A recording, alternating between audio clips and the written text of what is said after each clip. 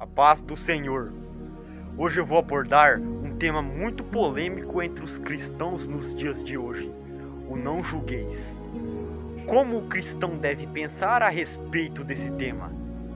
Falo claramente e abertamente que essa geração, essas pessoas, pegam esse texto de forma isolada e usam para justificar os seus pecados, para usá-lo para o mal, para pecar em paz. Tá, mas vamos ao contexto dessa passagem. Primeiramente, olhe o título da passagem: o juízo temerário é proibido. Não julgueis, para que não sejais julgados, pois com o critério com que julgardes, sereis julgados, e com a medida com que tiverdes medido, vos medirão também.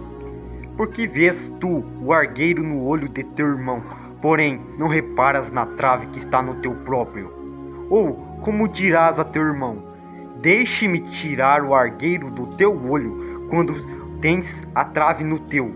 Hipócrita, tira primeiro a trave do teu olho, e então verás claramente para tirar o argueiro do olho do teu irmão. O que Jesus queria dizer nesse contexto? O que Jesus queria se referir nesse contexto? Jesus estava falando a respeito do julgamento inseguro, do julgamento hipócrita. O julgamento hipócrita acontece quando você fala, mas não cumpre. Quando você julga, mas você mesmo não obedece à ordem dada. Quando você aponta o erro do teu irmão, mas você mesmo cai naquele pecado. Esse é o julgamento hipócrita. Vou dar um exemplo. Supomos que eu vejo um irmão se afundando na mentira e ele vai pecando. Aí eu chego nele e digo assim: para de mentir, seu mentiroso. Desse jeito você vai para o inferno.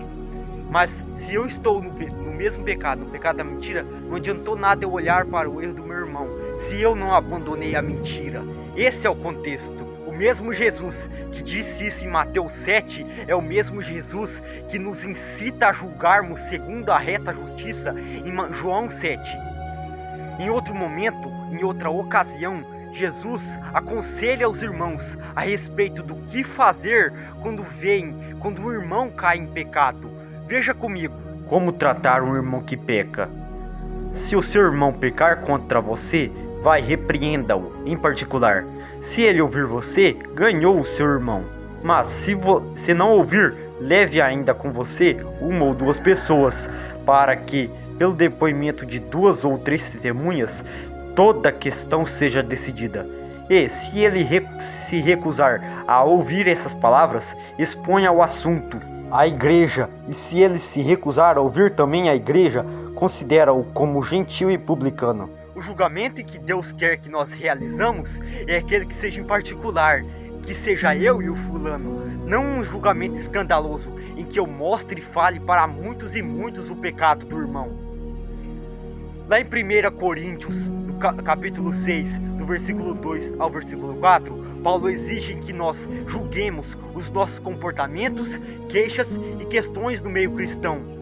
A Bíblia nunca condenou você julgar alguém, mas que nós podemos julgar da maneira correta. O julgamento que é correto aos olhos de Jesus é aquele julgamento que não seja às claras, aquele julgamento que você aconselha ao seu irmão, não o condene, pois esse papel está nas mãos de Deus. Aquele julgamento em que você diga: meu irmão, não faça isso, Deus abomina essa prática, Ele condena essa prática.